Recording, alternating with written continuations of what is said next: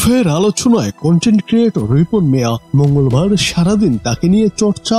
একদিকে রিপন মিয়াকে নিয়ে টেলিভিশনের প্রতিবেদনে উঠে আসা অভিযোগ, অন্যদিকে তার মায়ের কাছে গিয়ে কান্না করা রিপনের ভিডিও। দুই বিপরীত দৃশ্য একসঙ্গে নাড়া দিয়েছে পুরো সামাজিক যোগাযোগ মাধ্যমকে।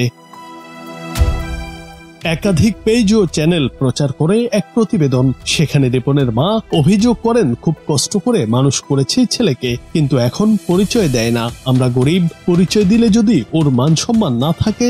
খবরে বলা হয়, জনপ্রিয়তার চূড়ায় ওঠা রিপন এখন মা বাবার সঙ্গে থাকেন না, আলাদা পাকা বাড়িতে স্ত্রী সন্তান নিয়ে থাকেন, কিন্তু মা বাবাকে ভরণ পোষণও দেন না। কষ্ট করে মানুষ করছি, পরিচয় দিতে না, আমরা গরিব, পরিচয় দিলে যদি ওর মান সম্মান না থাকে।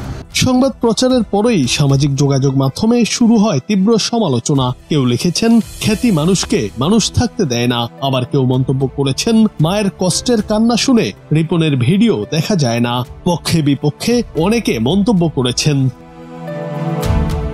এদিকে সবশেষে রিপন তার মা বাবার সঙ্গে দেখা করেছেন। একটি ভিডিও ছড়িয়ে পড়েছে সামাজিক যোগাযোগ মাধ্যমে। সেখানে দেখা যায় মাকে জড়িয়ে ধরে কাঁদছেন রিপন। আঞ্চলিক টানে বলতে শোনা যায়, তোমারে দেহি না আমি, আব্বারে দেহি না আমি, তুমি এটা কি করলা, তোমরা আমার জীবনটা শেষ করলা। ছেলের কান্নায় কেঁদে উঠলেন মাও।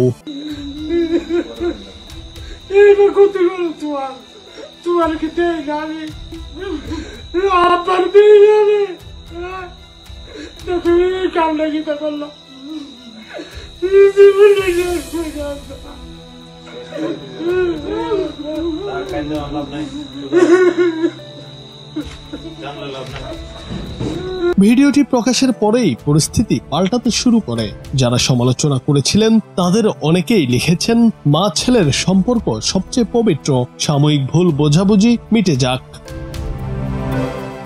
রিপন মিয়াকে ঘিরে এই ঘটনার পর এক প্রশ্ন আবার সামনে চলে এসেছে। ভাইরাল সংবাদের আড়ালে সত্যটা কোথায়? মা ছেলের সম্পর্কের পরিপূর্ণ ঘটনা আমরা কি কখনো জানতে পারি, নাকি একাংশ দেখে রায় দিয়ে দেই? জুনায়েদ আহমেদ, বাংলা টিভি।